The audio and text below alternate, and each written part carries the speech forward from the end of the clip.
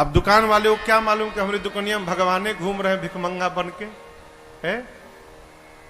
जज साहब जो वृंदावन वाले थे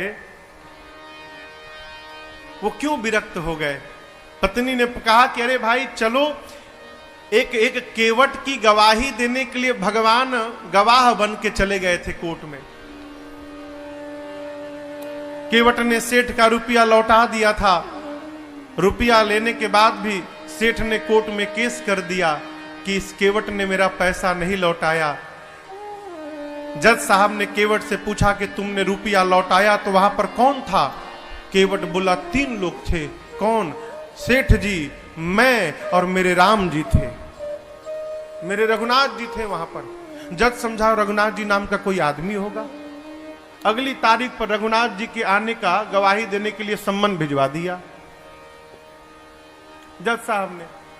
अब कोर्ट का संतरी पहुंचा गांव में, केवट जी गांव में, रघुनाथ जी कहां है, रघुनाथ जी कहां है, रघुनाथ जी हो तब न मिले। एक आदमी ने कहा देखो रघुनाथ नाम का आदमी तो नहीं है, रघुनाथ जी का मंदिर एक है जहां केवट रहता है। मंदिर के बाहर पुजारी जी बैठे थे।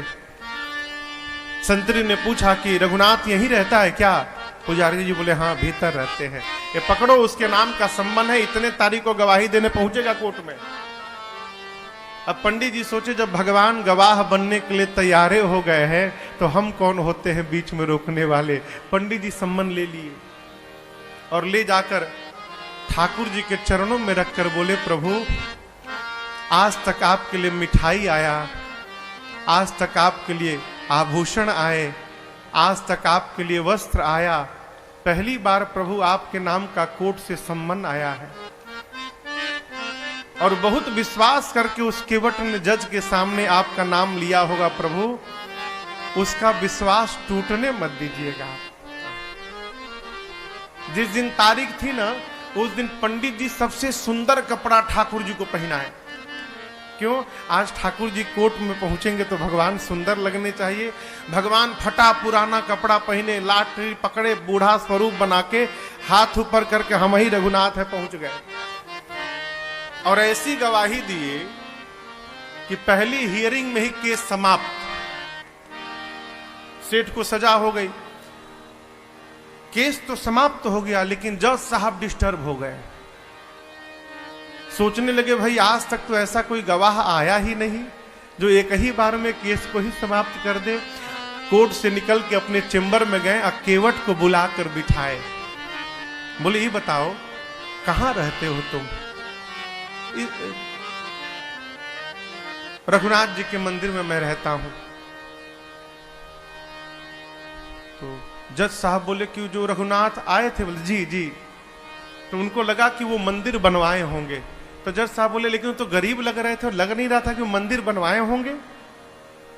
केवट ने कहा प्रभु वो मंदिर बनवाने वाले रघुनाथ जी नहीं थे, मंदिर के भीतर बैठने वाले रघुनाथ जी आए थे। जज की मति हरा गई हो, कांपने लगा। संतरी को बुलाकर बोला सही सही बताना तुमने किसको सम्मन दिया था? बोला सर माफ करिएगा सर, रघुनाथ नाम का आदमी नहीं मिला। रघुनाथ जी का मंदिर था, मंदिर में पुजारी जी को देके चला आया था मैं। तो जो आए थे वही पुजारी। नहीं पुजारी जी ये नहीं थे, दूसरे थे। जज को पूरी बात समझ में आ गई। घर गया और दरवाजा बंद करके जज साहब रोने लगे। पत्नी ने आकर पूछा क्यों रो रहे हो? पूरी बात बताए। पत्नी ने कहा इसमें रोने की कौन सी बात है? अरे मान लो धोखे में ही दर्शन हुआ, तुम तो भाग्यशाली हो, तुमको दर्शन तो मिला, नाचना चाहिए।